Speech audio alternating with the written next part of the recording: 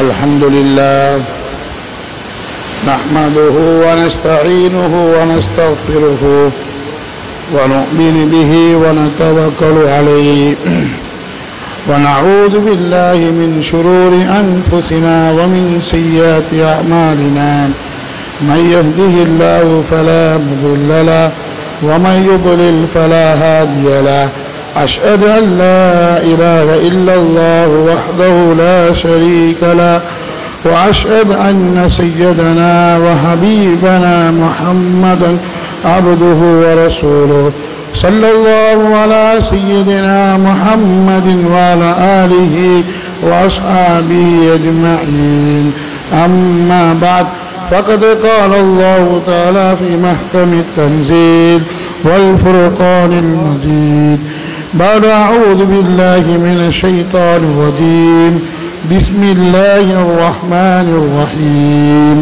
يا أيها الناس كلوا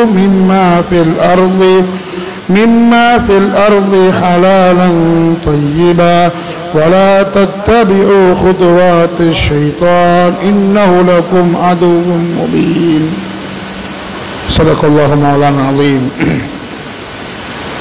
وقال النبي صلى الله عليه وسلم كسب الحلال فريضة بعد الفريضة وقال أيضا من غشنا فليس منا صدق رسول الله صلى الله عليه وسلم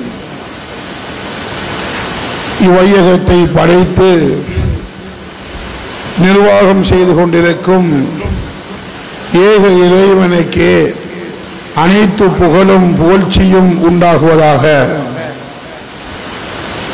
அந்த அல்லாஹ்வை மக்கள் மயப்படுத்துவதற்கு கடைசியாகவும் ரஹ்மத்தாகவும் அனுப்பப்பட்ட சத்திய தூதர் சர்தார் ஆலம் முஹம்மது முஸ்தபா ஸல்லல்லாஹு அலைஹி வஸல்லம் அவர்கள் மீது அல்லாஹ்வுடைய ரஹ்மத்தும் மஃஃபிரத்தும் உண்டாகுவதாக. மேலும் சஹாபாக்கள், தாபிஈன்கள், தாபிஈன்கள், அவுலியாக்கள், சுஹதாக்கள், உலமாக்கள் அனைவர்கள் மீதும் அல்லாஹ்வுடைய ரஹ்மத்தும் மஃஃபிரத்தும் உண்டாகுவதாக. கல்முனை பஜார் என்பது பல மதத்தவர்கள் வாழக்கூடிய பஜார். அந்தந்த மதத்தவர்கள் தங்களுடைய விசேஷமான நாட்கள் வரும்போது கடைகளை மூடிவிட்டு அவர்களுடைய மதத்துக்கு கண்ணியப்படுத்திக் கொண்டிருக்கும் இவ்வேளையில் முஸ்லிம் என்று நாங்கள் கலிமா சொன்னவர்கள் என்று மொழிந்து கொண்டு இது வெள்ளிக்கிழமை நாள், அந்த வெள்ளிக்கிழமை நாள் என்பது ஜும்மா நடைபெறக்கூடிய நாளில் வியாபாரம் செய்வது ஹராம் என்று திட்ட தெளிவாக தெரிந்தும் உலமா சபை அதற்கு இது இந்த நேரம் மூடுவது கட்டாயம் என்று வலியுறுத்தியும் இன்னும் ஈமான் வராமல் இந்த நேரம் வரைக்கும் ஹோட்டல்களை திறந்து கொண்டு வியாபாரம் செய்து கொண்டிருக்கும் இவ்வேளையில் அல்லாஹ்வை பயந்து அல்லாஹ்வுடைய இறை இல்லத்தில் வந்திருக்கும் அல்லாஹ்வின் இறை விசுவாசிகளே, சகோதரர்களே, வாழ்க்கையில் எல்லா கட்டத்திலும் எல்லா சூழ்நிலைகளிலும் எங்கிருந்த போதிலும் யாருடன் இருந்த போதிலும் தக்வாவை, இறை அச்சத்தை வாழ்க்கையின் குறிக்கோளாக ஆக்கிக் கொள்ளும்படி முதற்க நான் ஏனுக்கும் அப்பால் உங்களுக்கும் வன்மையுடன் வசியத் என்ற மரண சாசனம் கூறுகிறேன். அல்லாஹ்வின் இறை விசுவாசிகளே, அல்லாஹு தஆலா முஸ்லிம்களிடத்திலிருந்து சுத்தத்தை எதிர்பார்க்கிறான். சுத்தமாக வாழ்வதை எதிர்பார்க்கிறான். அதனால அல்லாஹு தஆலா சுத்தமான விடயங்களை மட்டும்தான் அல்லாஹ் கபூல் செய்கிறான். இன்னல்லாஹ தய்யிபுன் லா யக்பலு இல்லா தய்யிபா. அல்லாஹு தஆலா சுத்தமானவன், தூய்மையானவன். சுப்ஹானல்லாஹ், தூய்மையானவன் என்றெல்லாம் சொல்லுகிறோம். அல்லாஹ் மாத்திரம் தூய்மை அல்ல, அல்லாஹு தஆலா மனிதர்களிடத்திலிருந்து வரக்கூடிய செயல்களும் செயல்பாடுகளும் அமல்களும் தூய்மையாக இருப்பதை அல்லாஹ் எதிர்பார்க்கிறான். அதைத்தான் அல்லாஹ் கபூலும் செய்கிறான். தூய்மையாக இருப்பதனால்தான் வெற்றி இருக்கிறது, சஆதத் இருக்கிறது, நிம்மதி இருக்கிறது என்றெல்லாம் ஏராளமான ஹதீஸ்களும் குர்ஆனுடைய வசனங்களும் நம்மளை நோக்கி பேசிக் கொண்டிருக்கிறது. அன்பார்ந்தவர்களே, அல்லாஹு தஆலா தூய்மையாக இருப்பதை தான் விரும்புகிறான் என்பதற்கு, முஸ்லிம்களும் தூய்மையாக இருக்க வேண்டும் என்பதற்காக அல்லாஹு தஆலா தூய்மையான விடயங்களை மாத்திரம் முஸ்லிம்களுக்கு சொல்லியிருக்கிறான். பேச்சுக்களில் நீங்கள் தூய்மையான பேச்சுக்களை, நல்ல பேச்சுக்களை பேசிக் கொள்ளுங்கள்.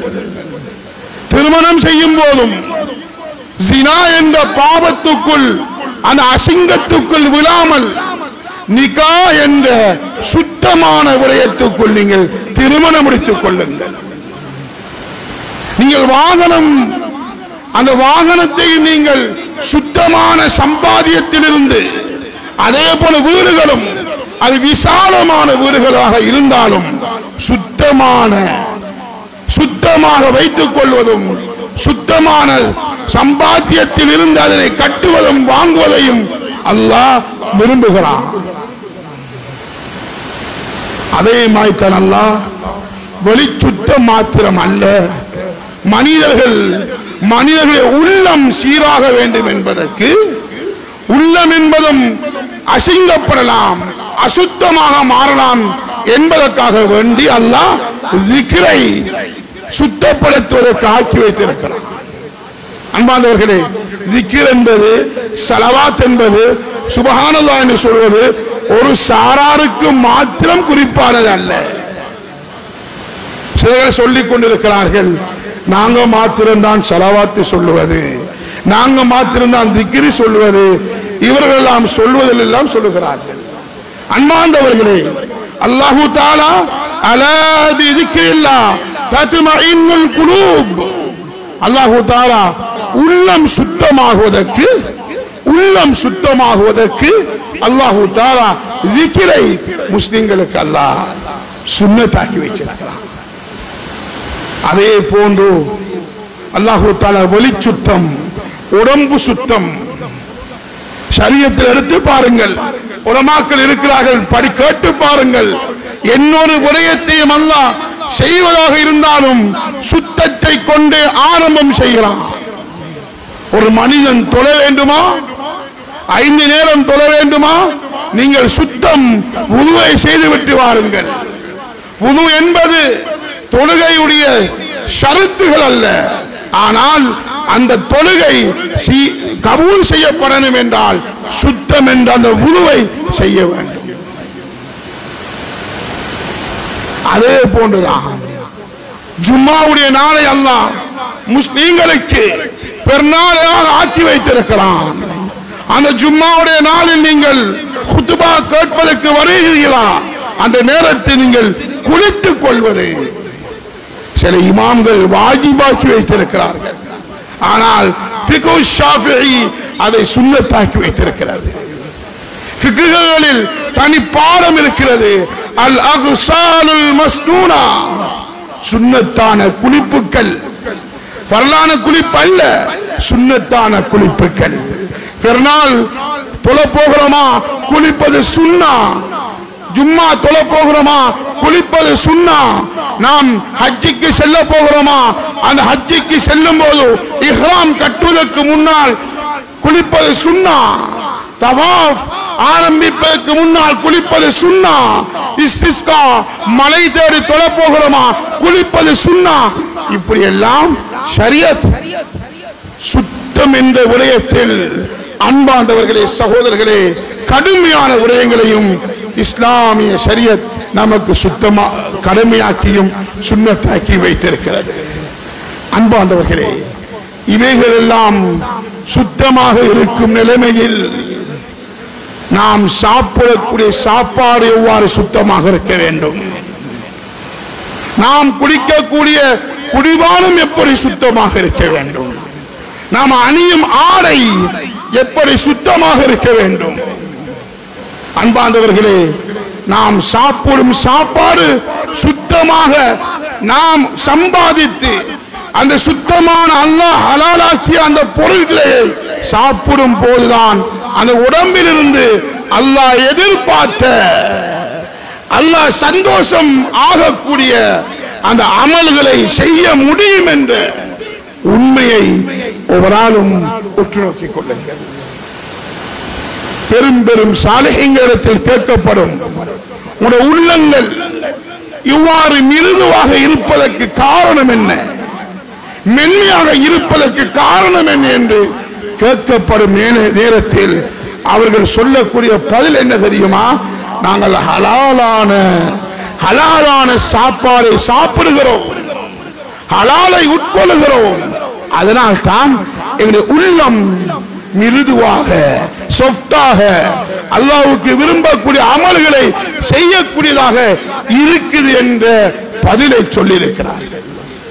அன்பார்ந்தவர்களே, சுத்தமான சாப்பாடு சாப்பிடுவதை எப்படி நபிமார்களுக்கு அல்லாஹ் கடமையாக்கி இருக்கிறானோ அதே விடயத்தை முஃமின்களுக்கு கடமையாக்கி இருக்கிறான்.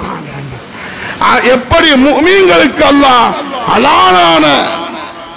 ஹலாலான உணவை சாப்பிட வேண்டும் என்று சொல்லியிருக்கிறானோ, இஸ்லாத்தை ஏற்காதவர்களுக்கும் குர்ஆன் நீங்களும் ஹலாலான விடயத்தை சாப்பிட்டுக் கொள்ளுங்கள் என்பதாக குர்ஆன் சொல்லுகிறது. நபிமார்களை நோக்கி குர்ஆன் என்ன சொல்லுகிறது? யா அய்யுஹர் ருசுல் குலூ மினத் தையிபாத்தி. ரசூல்மார்களே, நீங்கள் நல்ல நான் ஹலாலாக்கிய அந்த விடயத்திலிருந்து நீங்கள் சாப்பிட்டுக் கொள்ளுங்கள், சுத்தமானதை சாப்பிட்டுக் கொள்ளுங்கள், சுத்தமானதை தான் நான் கபூல் செய்கிறேன். நீங்கள் சுத்தமானதை சாப்பிட்டால் மாத்திரம்தான் வஅமலு சாலிஹன், அந்த சாலிஹான அமல் செய்யக்கூடிய அந்த இன்பம் வரும் என்பதை குர்ஆன் ரசூல்மார்களுக்கு சொல்லுகிறது. இதே விடயத்தை கலிமாவை ஏற்ற, அல்லாஹ்வை ஏற்ற, ரசூல்மார்களை ஏற்ற முஸ்லிம்களுக்கு சொல்லுகிறது. யா அய்யுஹல்லதீன ஆமனூ, ஈமான் உள்ளவர்களே, குலூ மின் தையிபாத்தி மா ரஸக்னாகும் வஷ்குரு லில்லாஹி. அல்லாஹ்வை ஏற்றவர்களே, நீங்கள் நான் ஹலாலாக்கிய சுத்தமான விடயத்திலிருந்து நீங்கள் சாப்பிட்டுக் கொள்ளுங்கள், சாப்பிட்டு போட்டு நீங்கள் எனக்கு நீங்க நன்றி செலுத்துங்கள். உலமாக்கள் இந்த ஆயத்தை கீழால் எழுதுகிறார்கள், ஒரு முஃமின் எப்போது நன்றி செலுத்துவான் தெரியுமா? அந்த முஸ்லிமும் முஃமினும் ஹலாலான விடயத்தை சாப்பிடுவதன் மூலமாகத்தான் அவனுக்கு அல்லாஹ்வுக்கு நன்றி செலுத்தக்கூடிய ஆசை வரும். ஒரு முஃமின் கலிமாவை ஏற்றிருக்கிறான், ஆனால் அவன் ஹலாலான விடயத்தை சாப்பிடவில்லை, ஹராமான விடயத்தை சாப்பிட்டுக் கொண்டிருக்கிறான். இவன் முஃமினாக முஸ்லிமாக இருப்பான், ஆனால் அல்லாஹ்வுக்கு அவன் நன்றி செலுத்த மாட்டான். எந்த அடியான் அல்லாஹ்வுக்கு நன்றி செலுத்துவான் தெரியுமா? ஹலாலான விடயத்தை யார் சாப்பிடுகிறார்களோ அவர்கள் மாத்திரம்தான் அல்லாஹ்வுக்கு நன்றி செலுத்தக்கூடிய அடியார்களாக மாறுவார்கள் என்பதை குர்ஆன் தெளிவுபடுத்துகிறது. அன்பாண்டவர்களே, எப்படி குர்ஆன் முஃமின்களுக்கு சொல்லுகிறதோ முழு சமுதாயத்தை நோக்கி சொல்லுகிறது. யா அய்யுஹன் நாஸ் குலூ மிம்மா ஃபில் அர்தி ஹலாலன் தய்யிபா. மனிதர்களே, நீங்கள் பூமியில் நான் ஹலாலாக்கிய சுத்தமான அந்த பொருட்களை நீங்கள் உட்கொள்ளுங்கள், சாப்பிட்டுக் கொள்ளுங்கள் என்பதை குர்ஆன் மனிதர்களுக்கு சொல்லுகிறது. சொல்லிவிட்டு குர்ஆன் அடுத்த தொடராக சொல்லுகிறது, வலா தத்தபிஉ குதுவாத்திஷ் ஷைத்தான். தஃப்ஸீருல் உலமாக்கள் ஷைத்தான்களுக்கு, ஷைத்தான்களுடைய அந்த அசைவுகளுக்கு, ஷைத்தானுடைய சூழ்ச்சிகளை நீங்கள் பின்பற்றாதீர்கள். அன்பானவர்களே, உலமாக்கள் சொல்லுகிறார்கள், யார் ஹராமான விடயத்தை சாப்பிடுகிறார்களோ, ஹலாலை சாப்பிடவில்லை, ஹராத்தை யார் சாப்பிடுகிறார்களோ அவர்கள் ஷைத்தானுக்கு வழிபட்டு ஷைத்தானுடைய நண்பர்களாக மாறுவார்கள் என்பதை தஃப்ஸீருடைய உலமாக்கள் தெளிவுபடுத்துகிறார்கள். அன்பார்ந்தவர்களே, இரக்கமானவர்களே, இஸ்லாம் எங்கே இருக்கிறது? இஸ்லாம் தொழுகையை மாத்திரம், இஸ்லாம் நோன்பை மாத்திரம், இஸ்லாம் ஹஜ்ஜை உம்ராவை மாத்திரம், இஸ்லாம் திக்ரை மாத்திரம், இஸ்லாம் தஸ்பீஹாத்துகளை மாத்திரம் இந்த சமுதாயத்துக்கு வழிகாட்டவில்லை. இஸ்லாம் அனைத்து விடயத்தையும், எவைகள் எவைகள் சுத்தமானவைகள், எவைகள் எவைகள் அசுத்தமானவைகள் என்பதை இஸ்லாம் நமக்கு வழிகாட்டிக் கொண்டிருக்கிறது. அன்பார்ந்தவர்களே, சகோதரர்களே, ஹலாலான விடயத்தை சாப்பிடுவது என்றால் என்ன? அதில் இரண்டு விடயம் இருக்கிறது. ஒன்று ஹலாலாக சம்பாதிப்பது. ஹலாலாக சம்பாதித்தால் மாத்திரம் போதாது, ஹலாலாக சம்பாதிப்பதை போன்று அந்த ஹலாலான சம்பாதித்த அந்த பணத்தின் மூலமாக ஹலாலான விடயத்தை வாங்கி உட்கொள்ள வேண்டும். ஹலாலாக சம்பாதிப்பதை மாத்திரம் இஸ்லாம் சொல்லவில்லை சுத்தம் என்று. ஹலாலாக சம்பாதித்து விட்டு ஒருவர் ஹலாலாக சம்பாதிக்கிறார், ஆனால் அந்த ஹலாலாக சம்பாதித்த அந்த பணத்தை வைத்து ஹலாலான விடயத்தை சாப்பிடவில்லை, இவரும் அசுத்தமானவர் தான். ஒருவர் ஹராமாக சம்பாதிக்கிறார், பாவமான முறையில் சம்பாதிக்கிறார், இவர் சுத்தமான விடயத்தை உட்கொள்கிறார் என்றால் இவரும் அசுத்தமானவர் தான். இஸ்லாம் இரண்டையும் சொல்லுகிறது. சுத்தமாக சம்பாதிக்கணும், ஹலாலாக சம்பாதிக்கணும், சம்பாதித்த அந்த பொருள் அந்த பணத்தின் மூலமாக சுத்தமான விடயத்தை சாப்பிட வேண்டும். இஸ்லாம் முதலாவது சொல்லுகிறது, முதலாவது ஹலாலான விடயத்தை உட்கொள்வதற்கு முதல் ஹலாலாக சம்பாதித்துக் கொள்ளுங்கள். கஸ்புல் ஹலால் ஃபரீதத்துன் பதல் ஃபரீதா. ஹலாலான விடயத்தை சம்பாதிப்பது அது ஃபர்து. அன்பார்ந்தவர்களே, நபிமார்கள் சம்பாதித்திருக்கிறார்கள். ஸல்லல்லாஹு அலைஹி வஸல்லம் அவர்கள் கதீஜா நாயகியை திருமணம் முடிப்பதற்கு முன்னால் வியாபாரம் செய்திருக்கிறார்கள். ஓர் நபிமார்களுடைய சரித்திரத்தை உட்நோக்கி பாருங்கள். நபிமார்கள் வியாபாரம் செய்திருக்கிறார்கள், ஆடு மேய்த்திருக்கிறார்கள், ஓராவி வேலை செய்திருக்கிறார்கள். அப்ப ஹலாலான விடயத்தை சம்பாதிப்பது கட்டாயம். ஸல்லல்லாஹு அலைஹி வஸல்லம் சொன்னார்கள், நீங்கள் ஹலாலான விடயத்தை சம்பாதித்து சேமித்து வைத்து விட்டு போங்கள். இஸ்லாம் சொல்லுகிறது, உங்களை பிள்ளைகளுக்கு நீங்கள் ஹலாலான விடயத்தை சம்பாதித்து நீங்கள் அந்த பிள்ளைகளுக்கு மீதமாக வைத்து விட்டு போங்கள். உங்களோட பிள்ளைகள் இன்னொரு ஆள்கிட்ட போய் கையேந்த கூடாது. நீங்கள் ஊருக்கெல்லாம் கொடுத்து விட்டு குழந்தைகளுக்கு கொடுக்கவில்லையா, மனைவிக்கு கொடுக்கவில்லையா? இஸ்லாம் இதை தடை செய்கிறது. நீங்கள் ஊரார்களுக்கு கொடுப்பதை விட மேல் மிச்சமாக இருப்பது அல்ல, அது மாஷா அல்லாஹ் கொடுக்கலாம். நீ கொடுப்பதை விட உங்களுடைய குழந்தைகளுக்கும் மனைவிமாருக்கும் சேமித்து வைத்துக் கொள்வது சிறந்தது என்பது சஹீஹ் முஸ்லிமில் தெளிவான ஹதீஸ் வந்திருக்கிறது. சில சஹாபாக்கள் ஹலாலாக சம்பாதித்த அந்த பொருளை பூர்த்தியாக நாங்கள் அல்லாஹ்வின் பாதையில் சதகா செய்ய போகிறோம், வக்ஃப் செய்ய போகிறோம் என்று நபியிடத்தில் வந்த நேரத்தில் நபி ஸல்லல்லாஹு அலைஹி வஸல்லம் தடை செய்தார்கள். கொஞ்சம் நீங்கள் உங்களுடைய மனைவிக்கும் உங்களுடைய பிள்ளைகளுக்கும் மீதமான கொஞ்சத்தை வைத்து விட்டு செல்லுங்கள் என்பதை அந்த சஹாபாக்களுக்கு ஸல்லல்லாஹு அலைஹி வஸல்லம் சொல்லி இருக்கிறார்கள். அன்பார்ந்தவர்களே, ஹலாலாக சம்பாதிக்கணும். கொஞ்ச காலம் வாழ போகிறோம், அந்த கொஞ்ச காலத்துக்குள் ஹலாலை சம்பாதித்து ஹலாலை சாப்பிட்டு விட்டு சொல்ல வேண்டும். நாம் ஹலாலை சம்பாதித்து பெற்றோர்களுக்கு உள்ள மிகப்பெரிய ஒரு தற்காலத்தில் உள்ள பிரச்சனை என்ன தெரியுமா?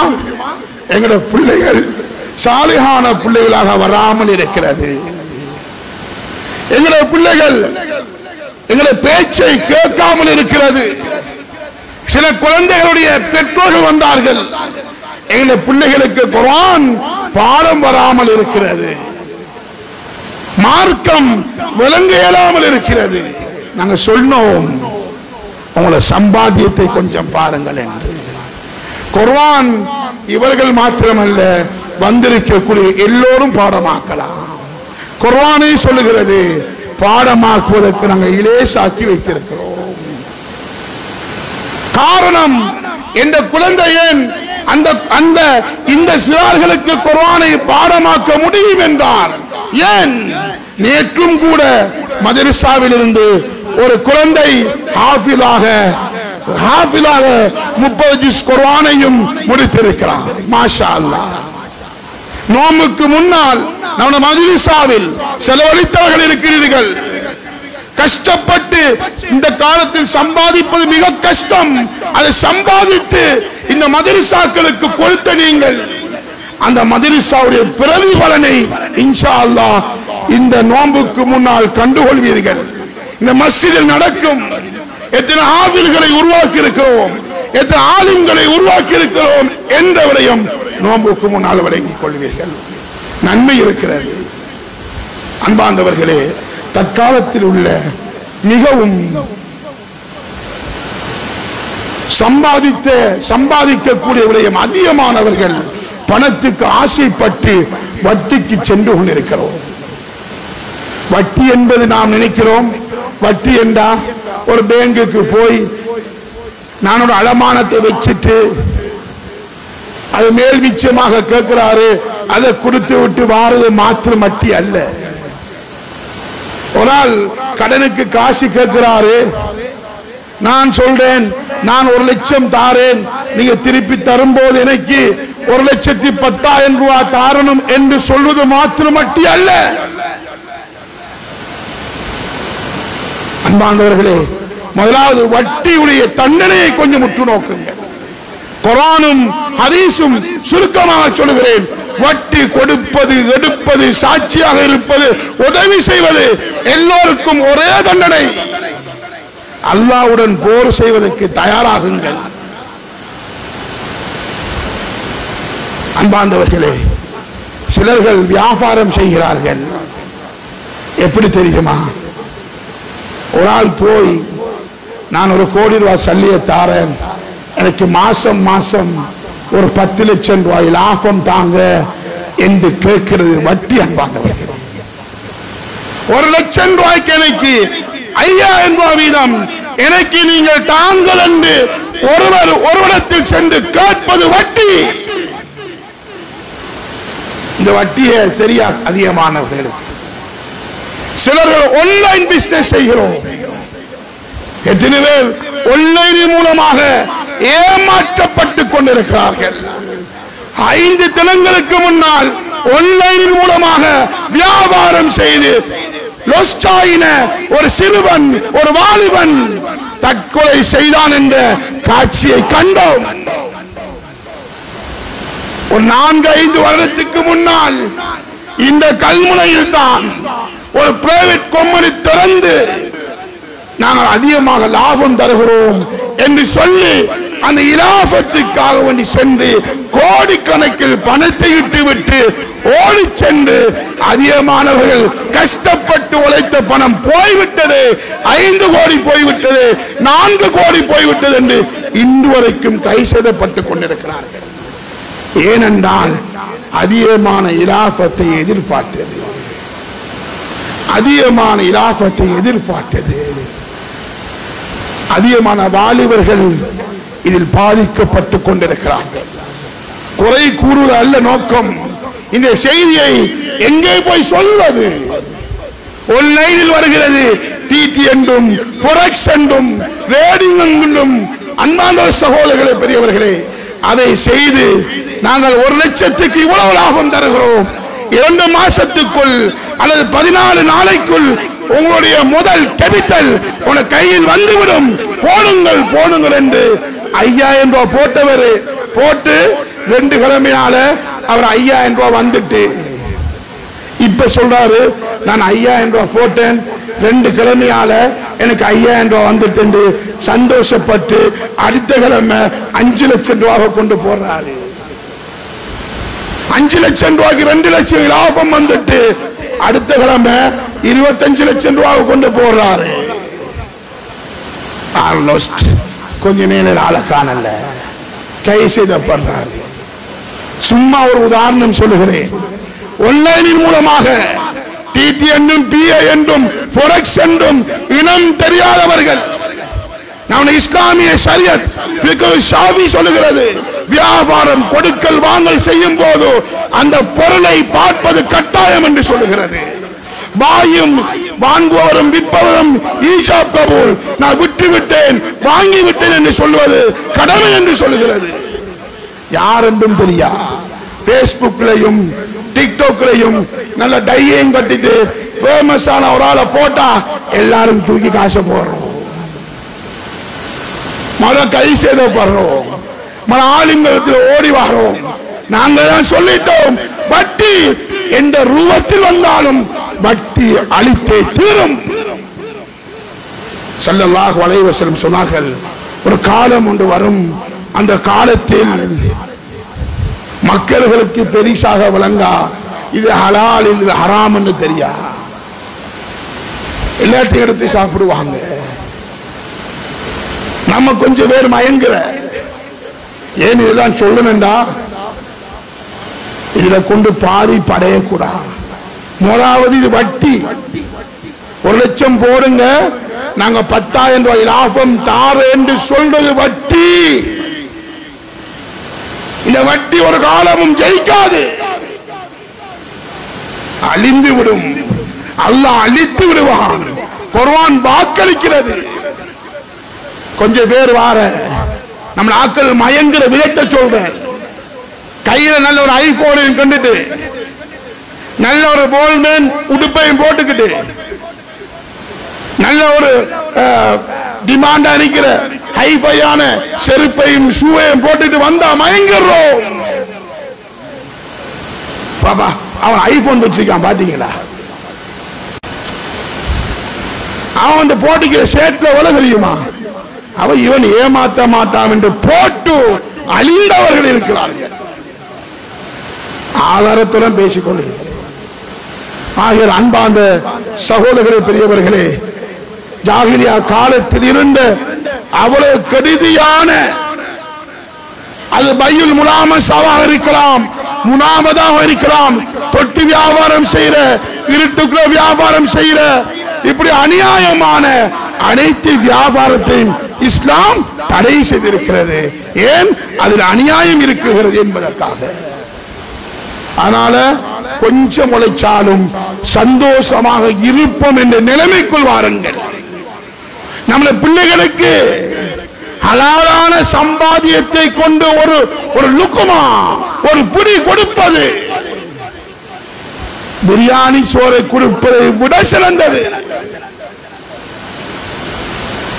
புகாரி ரஹிமஹுல்லாஹ் சொன்னார்கள், அவருடைய தகப்பன் சொல்லியிருக்கிறார், புகாரி என்று பேசுகிறோம், நாம் சாலிஹான பிள்ளைகளாக மாறணும் என்று நினைக்கிறோம். புகாரி ரஹிமஹுல்லாஹ் சொன்னார்கள், இந்த பணத்தில், நான் சம்பாதித்த பணத்தில் ஒரு திர்ஹம் கூட ஹராம் சேர்ந்ததே கிடையாது. நான் சம்பாதித்த பணத்தில் ஒரு சந்தேகமான ஒரு பணம் கூட சேர்ந்தது கிடையாது என்பதை புகாரி ரஹிமஹுல்லாஹுடைய தகப்பன் இஸ்மாயில் அலைஹிஸ்ஸலாத்து வஸலாம் இஸ்மாயில் ரஹிமஹுல்லாஹ் சொல்லுகிறார்கள். அவருக்கு பிறந்தவர்தான், ஹலாலை உட்கொண்டவர்தான், அதனால் பிறந்தவர்தான் இமாம் புகாரி ரஹிமஹுல்லாஹ் அவர்கள். அதனால வட்டி பக்கம் போகாதீர்கள். அதிகமாக லாபம் தருகிறார்கள் என்று நீங்கள் போய் மாற்றிக்கொள்ளாதீர்கள். ஆன்லைனில் பிசினஸ் செய்து தற்கொலை செய்யாதீர்கள். சும்மா யோசிங்க. ஆன்லைன்ல நேருக்கு நேர் வியாபாரம் செய்கிறோம், ஏதாவது முன்ன பின்ன ஆயினா போலீஸ் ஸ்டேஷனுக்கு போய் கம்ப்ளைண்ட் செய்யலாம், கோர்ட்டுக்கு போகலாம். இப்ப ஆன்லைன்ல பிசினஸ் செய்து லொஸ்ட் ஆயினா எப்படி போய் கேஸ் வைக்கிற, எப்படி கோர்ட்டுக்கு போற? யோசிங்க.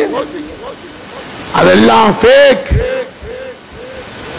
நம்முடைய பலகீனத்தை விளங்கி சிலர்கள் டையையும் கோட்டையும் போனையும் வைத்து நம்மளை ஏமாற்றிக் கொண்டிருக்கிறார்கள் என்ற யதார்த்தத்தை புரிந்து கொள்ளுங்கள் அன்பார்ந்தவர்களே. அடுத்த விடயம் என்ன தெரியுமா? அதிகமானவர்கள் ஹலாலான சம்பாத்தியம் செய்கிறார்கள். அல்ஹம்துலில்லாஹ். கொஞ்சம் உழைச்சாலும் ஹலாலான விடயத்தை உழைச்சு கொண்டிருக்கிறார்கள். அடுத்த விடயம் பார்க்க வேண்டிய விடயம் என்ன தெரியுமா? அந்த ஹலாலாக உழைச்சத்தை நாம் ஹலாலான பொருட்களை வாங்கி சாப்பிடுகிறோமா? சாக்லேட் வாங்குகிறோம், பிள்ளைகளுக்கு டொஃபி வாங்கி கொடுக்கிறோம், இது ஹலாலானவைகளா? சந்தேகமா? தள்ளி கொள்ளுங்கள், சாப்பிட தேவையில்லை. சிலர்கள் வார, நாங்க சவுதியில இருந்து வாங்கிட்டு வந்த, நாங்க துபாயில இருந்து வாங்கிட்டு வந்த சாக்லேட்டுக்கு பின்னால பார்த்தா அரபுகள் இருக்கு, சாப்பிடுற கொஞ்சம் பேர். சவுதி எப்படி இருக்குன்னு உங்களுக்கு தெரியும் தானே அன்பான. அதனால ஆரம்ப காலத்தில் ஜமியத்துல் உலமா ஹலால் சான்று போட்டுச்சு, முன்ன பின்னாடி பிரச்சனை முடிஞ்சு. இப்ப HAC என்று எல்லாரோட போன்லயும் பார்க்கலாம். பிளே ஸ்டோருக்கு போய் டவுன்லோட் பண்ணுங்க, HAC. அதை டவுன்லோட் பண்ணி வச்சிருந்து நம்ம ஒரு சாமான் வாங்க போறோமா அதுல அடிச்சு பாருங்க. அது பிராண்ட் போட்டிருக்கு, எந்த ரெஸ்டாரண்ட் ஹலால் என்று போட்டிருக்கிறாங்க, அந்த பிராண்ட்ல எந்த பொருள் ஹலால் என்று போட்டிருக்கிறாங்க, அதை சாப்பிடுவோம். சிலாக்களுக்கு சந்தேகம், HAC அவங்க சரியா செய்யறாங்களா? சரியா செய்யாடி நம்ம அவங்கள போய் அல்லாட்ட மாட்டுவோம். அவங்க சரியா செய்யறாங்க சொல்றாங்க, அவங்க சரியா செய்யாட்டி அவர்கள் தான் பொறுப்புதாரிகள். உம்மத்துடைய தலைவர்கள் நீங்கள் தான் இருந்தீங்க, தவறு செஞ்சீங்களா நீங்க தான் பொறுப்பு. அதனால் அன்பானவர்களே, நம்ம பிள்ளைகளுக்கு டொஃபியோ சாக்லேட்டோ வேற வேற டிபிடிப்போ வாங்கி கொடுக்கிற நேரத்தில் பாருங்க இது ஹலாலா ஹராமா என்று. சந்தேகமா இருக்கா விட்டு தள்ளுங்க. அந்த பொருளை அது ஹலால் என்று நம்ம தேடாம சாப்பிட்டோம், அது ஹராமாக போகுதா? சம்பாதித்த பணம் ஹலால், வயிற்றுக்குள்ள போனது ஹராம். ஸல்லல்லாஹு அலைஹி வஸல்லம் சொன்னார்கள், மத்அமஹு ஹராம், மஷ்ரபஹு ஹராம், வமல்பஸஹு ஹராம், ஃபன்னா யுஸ்தஜாபு லஹ். வாய்க்குள்ள போன சாப்பாடு ஹராம், குடிச்ச குடிபானம் ஹராம், உடுத்த உடுப்பு ஹராம். இந்த நிலைமையில இவர் துஆ எப்படி ஏற்றுக்கொள்ளப்படும் என்பதாக ஹதீஸில் வந்திருக்கிறது. முஸ்லிம்களுக்கு இன்னொரு முசீபத் வந்திருக்கிறது, கிரீம் பிரச்சனை. அங்க பாருங்க, அந்த ஹதீஸை மத்அமஹு வ மல்பஸஹு மாத்திரம், மத்அமஹு மஷ்ரபஹு மாத்திரம் இஸ்லாம் சொல்லல. மல்பஸஹு ஆடையா, மோத்துல போற கிரீமா, ஹலாலா என்று பாருங்கள். ஆராய்ச்சி செய்திருக்கிறார்கள்.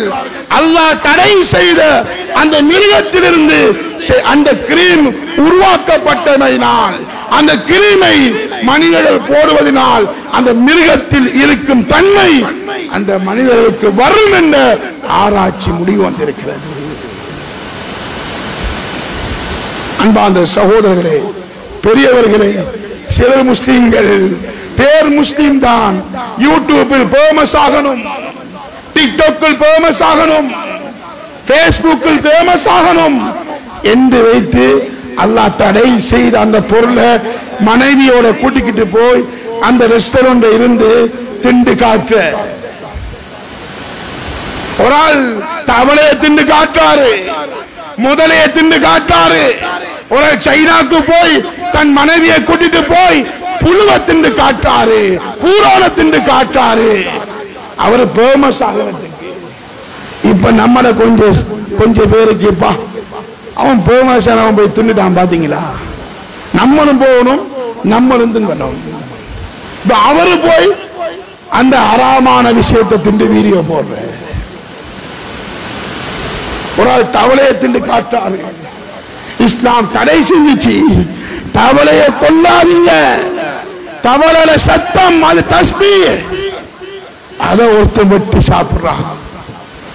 அதை பார்த்துட்டு தொழுகிறவங்க அவங்க போய் நம்மளும் திண்டு பார்ப்போம் என்ன இருக்கின்ற போய் சாப்பிடுறவங்க இருக்கிறோம். அன்பார்ந்தவர்களே, யோசித்து பாருங்க.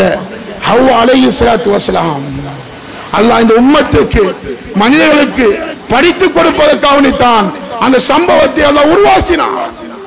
ஹவ்வா அலைஹிஸ்ஸலாத்து வஸலாம் அவர்களுக்கு அல்லாஹ் சொர்க்கத்தை கொடுத்து அல்லாஹ் சொன்னான், அந்த மரத்துக்குள்ள நெருங்காதீங்க. அந்த மரத்தை நெருங்கி அந்த பழத்தை சாப்பிட்டாங்க. என்ன நடந்துச்சு? என்ன நடந்துச்சு? சொர்க்கத்தில் இருந்து வீசப்பட்டார்கள். நம்மளுக்கு படிச்சு தாரது. இந்த சம்பவத்தை உள்ளுக்குள்ள வைங்க. நம்மட தாய் செய்த ஒரு விடயத்தை அல்லாஹ் குர்ஆனில் சொல்லுகிறான். என்ன படிப்பின? நீங்க ஹராமான விஷயத்தை சாப்பிடுறீங்களா, சொர்க்கம் வாரத்துக்கு இயலா. ஜஸதுன் குதிய பில் ஹராம், ஹராத்தால வளர்ந்த உடம்பு சொர்க்கம் போகலா. அன்பார்ந்தவர்களே, சில சஹாபாக்களுடைய சம்பவங்கள், சாலிஹீங்களுடைய சம்பவங்களை பார்க்கக்கூடிய நேரத்தில் ஆச்சரியமாக இருக்கிறது. அபூபக்கர் ரலியல்லாஹு தஆலா அவங்க ஒரு அடிமை இருந்தாரு. அவர் ஏதாவது கொண்டு கொடுத்தா அபூபக்கர் ரலியல்லாஹு தஆலா சாப்பிடுவாங்க. ஒரு நாள் ஒரு பாலை கொண்டு குடித்தாரு. எப்பயும் கொடுத்தா இது எங்க இருந்து வரும், எப்படி வந்தது என்று கேட்டுதான் சாப்பிடுவாங்க. அந்த நாள் கேட்கல, பாலை பசியில குடிச்சிட்டாங்க. இப்ப கேட்காங்க எப்படி வந்துச்சு பால். அடிமை சொன்னாரு, நான் ஜாகிலியா காலத்துல குறி பார்க்கிற அந்த குறி பார்த்தவர் எனக்கு கூலியாக தந்த பாலை தான் உங்களுக்கு தந்தன் என்று சொன்னாரு. கேட்ட உடனே வாய்க்குள்ள கையை ஓட்டி சக்தி எடுத்தாங்க. எடுத்தது சொன்னாங்க, இதால இந்த உயிர் போனாலும் பிரச்சனை இல்லை. அந்த அளவுக்கு சக்தி எடுத்தாங்க. சிந்திச்சு பாருங்க அன்பார்ந்தவர்களே, இந்த வரலாறு கேட்டுட்டு கடந்து போறதுக்கா? ஸல்லல்லாஹு அலைஹி வஸல்லம் அவர்கள் ஒரு ஈத்தம் பழத்தை சாப்பிட்டு விட்டு, அது சதகா ஜகாத், நபிக்கு சாப்பிட முடியாது, ஒரு ஈத்தம்பழம் தான் சாப்பிட்டு விட்டு படுக்கையில் அங்கேயும் இங்கேயும் புரண்டு கொண்டிருக்கிறார்கள். வரலாறு சொல்லுகிறது. இதை கேட்டுவிட்டு கடந்து செல்வதற்காக சில இமாம்கள், அப்துல்லா இப்னு முபாரக் ரஹிமஹுல்லாஹ்வுடைய தகப்பன் முபாரக் ஒரு அடிமையாக இருந்தார். ஒரு எஜமானனுக்கு கீழே வேலை செஞ்சிருந்தார். அவர் வேலை செய்து கொண்டிருக்கும் நிலைமையில அந்த பொஸ்ஸிக்கு, அந்த தோட்டக்காரனுக்கு, தோட்டக்காரனுடைய சொந்தக்காரர்கள் வந்தார்கள். எஜமான் கூப்பிட்டு சொன்னான், என்ற தோட்டத்தில் போய் மாதுளம் பழம் பிச்சிட்டு வாங்க, நல்ல இனிப்புள்ள மாதுளம் பழத்தை பிச்சிட்டு வாங்க. அவரு போய் மாதுளம் பழத்தை பிச்சிட்டு வந்து கொடுத்தாரு. அதுல கொஞ்சம் புளியாக இருந்துச்சு. எஜமான் கேட்டான், உனக்கு மாதுளம் பழத்தை இனிப்பு தானே கொண்டு வர சொன்னேன், நீ ஏன் புளியை கொண்டு வந்திருக்கிறாய்? சொன்னாரு, நான் இந்த தோட்டத்தில் வேலை செய்யும் போது ஒரு நாள் கூட மாதுளம் பழத்தை சாப்பிட்டதே கிடையாது. ஏனென்றால் என்னை பாதுகாவலத்தான் நீங்கள் வைத்திருக்கிறீர்கள், என்னை நீங்கள் சாப்பிட்டு பார்ப்பதற்கு வைத்தது கிடையாது. இது பேணுதல், இது பேணுதல். சாலிஹீன்களுடைய சம்பவத்தை சொல்லிவிட்டு கடந்து செல்வதற்கு அல்ல. இதே மாதிரி ஒரு சம்பவம், ஒரு பிரயாணி வந்து கொண்டிருக்கிறார், ஒரு அப்புள் பழத்தை சாப்பிடுகிறார், பசியினால் கீழே கிடந்ததை அதை சாப்பிட்டு விட்டு யோசிக்கிறார், என்ன இது ஹலாலா? யோசித்து விட்டு அந்த தோட்டக்காரனை அந்த அப்புளை ஹலாலாக்குவதற்கு பல மைல் தூரம் கடந்து சென்று அந்த அப்புளை சாப்பிட்டு விட்டேன், எனக்கு ஹலால் சொல்லுங்கள் என்று சொன்ன நேரத்தில் அந்த உரிமையாளன் சொன்னான், இதை ஹலாலாக்க வேண்டும் என்றால் என்னுடைய மகளை திருமணம் முடிக்க வேண்டும். மகள் எப்படி என்றா, கண்ணும் தெரியா, வாயும் பேசா, காதும் கேட்கா, இப்படியான ஒரு மகளை நீ திருமணம் செய்தால்தான் நான் இந்த அப்புள் பழத்தை உனக்கு ஹலால் சொல்லுவேன். நான் நரகத்துக்கு போவதா? உலகம் நரகமாக வாழ்வோம், சொர்க்கத்தில் ஆகிராவில் சொர்க்கத்துக்குள் போவோம் என்று சொல்லிவிட்டு ஏற்றுக்கொள்கிறார், திருமணம் முடிக்கிறார், முதலவுக்கு வீட்டுக்குள் போகிறார், அறைக்குள் போகிறார். அங்கே ஒரு அழகான ஒரு பெண் இருந்து கொண்டிருக்கிறார். விஷயம் கேட்கப்படுகிறது. உங்கள் தகப்பன், சுருக்கமாக சொல்லுகிறேன், உங்கள் தகப்பன் இப்படி இப்படி எல்லாம் சொன்னார், ஆனால் உங்களுக்கு கண் பார்க்குது, வாய் பேசுது, காது கேட்குது என்று கேட்ட நிலைமையில அந்த மனைவி சொல்லுகிறார், எங்கட வாப்பாட்ட வந்து நீங்க அந்த ஒரு அப்புள் பழத்தை ஹலாலாக்குவதற்கு நீங்கள் ஹலால் தேடிய நேரத்தில் எங்கள் தகப்பன் ஏற்றுக்கொண்டான். இப்படி உள்ள தக்வா உள்ள குழந்தையை, இந்த மாப்பிள்ளையை நான் எங்கே இருந்து எடுப்பது என்று சொல்லிவிட்டு தான் என்னை உங்களுக்கு திருமணம் முடித்து தந்தார். வாப்பா சொன்னது உண்மைதான். நான் பருவ வயதை அடைந்ததிலிருந்து கெட்ட விஷயத்தை பேசுவதில் என் வாய் ஊமை, கெட்ட விஷயத்தை பார்ப்பதில் என் கண் குருடு, கெட்ட விஷயத்தை கேட்பதில் என்ற காது செவிடு என்று அந்த தக்வா உள்ள மனைவி சொல்லுகிறார். எங்கே இருக்கிறது சரித்திரங்கள்? அதனால் அன்பார்ந்தவர்களே, சகோதரர்களே, நாம் பிள்ளைகளுடன் இறக்கமாகத்தான் இருக்கிறோம், கஷ்டப்பட்டு சம்பாதிக்கிறோம். சம்பாதிவிட்டு ஹராமான சாப்பாட்டை, சாக்லேட்டோ டொஃபியோ வேறு ரெஸ்டாரண்ட்டுகளுக்கு போய் அந்த ஹராமான விஷயத்தை நாம் சாப்பிட கொடுப்பதினால் நம்முடைய தொழுகை ஏற்றுக்கொள்ளாமல் போகிறது.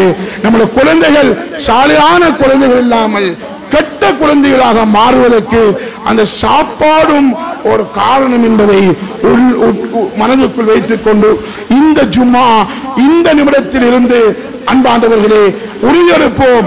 நான் இந்த பிள்ளைக்கு ஒன்றை வாங்கி கொடுக்கிறேன்டா, இது ஹலால். அது சவுதியிலேயோ துபாயிலேயோ எகிப்திலேயோ குவைத்திலேயோ எங்கிருந்து வந்தாலும் இது ஹலாலா என்று பார்க்கிற, ஹலால் என்று பார்க்கிறதுக்கு ஏறாதா? அதை ஓரம் கட்டிவிட்டு இதே போன ஹலாலான விடயத்தில் இருப்பதை நம்ம பிள்ளைகளுக்கு வாங்கி கொடுப்போம். கடைசியாக சொல்லி முடிக்கிறேன், நம்முடைய ஹலால் HAC என்ற ஒரு ஆப் வந்து நம்ம பிளே ஸ்டோரில் இருக்கிறது. அவர்கள் எங்களுக்கு சொன்னார்கள், நாங்கள் சரியாகத்தான் செய்கிறோம் என்று சொல்லி இருக்கிறார்கள். அதில் அவர்கள் தவறுகள் செய்வார்கள் என்றால் அது அல்லாஹ்விடத்தில் அவர்கள் தான் பதில் சொல்ல வேண்டும். ஆகையினால் அதை பார்த்து இந்த பிள்ளைகளுக்கு அந்த சாப்பாடை கொடுத்து ஹலாலாக சம்பாதித்து ஹலாலான பொருட்களை கொடுப்பதற்கு எல்லாம் அல்லாஹ் எனக்கும் உங்களுக்கும் தௌஃபீக் செய்வானாக. யா அல்லாஹ் அவனுடைய பாவங்களை மன்னிப்பாயாக, எங்கள் அம்மத்தை மஃபிரத் செய்வாயாக. ரப்பே ஹலாலாக சம்பாதித்து ஹலாலான பொருட்களை சாப்பிடுவதற்கு எங்களுக்கு தௌஃபீக் செய்து விடுயா அல்லாஹ். வட்டியை விட்டும் மோசடியை விட்டும் எங்களை பாதுகாத்து விடுயா அல்லாஹ். ஹலாலாக சம்பாதித்து சொர்க்கத்தில் நாங்கள் வளைவுகள் வாங்க வேண்டுமே அல்லாஹ். ஹலாலாக சம்பாதித்து சொர்க்கத்தில் தோட்டங்கள் வாங்க வேண்டுமே அல்லாஹ். அதை எங்களுக்கு நீ கபூல் செஞ்சு விடுயா அல்லாஹ். ரப்பே ஹலாலான சம்பாதித்தம் செஞ்சுதான் அபூபக்கர், அப்துல் ரஹ்மான் இப்னு அவுஃப், ஜுபைர் ரலியல்லாஹு தஆலா அன்ஹும் அவர்கள் அனைவரும் பணக்காரனாக இருந்துதான் சொர்க்கவாதி என்ற பட்டத்தை எடுத்தார்களே அல்லாஹ். அந்த பாக்கியத்தை எங்களுக்கு நீ தந்துவிடியா அல்லாஹ். என துஆக்களை முயற்சிகளை கபூல் செஞ்சு விடியா அல்லாஹ். வாஹிரு தஅவானா அனில் ஹம்துலில்லாஹி ரப்பில் ஆலமீன்.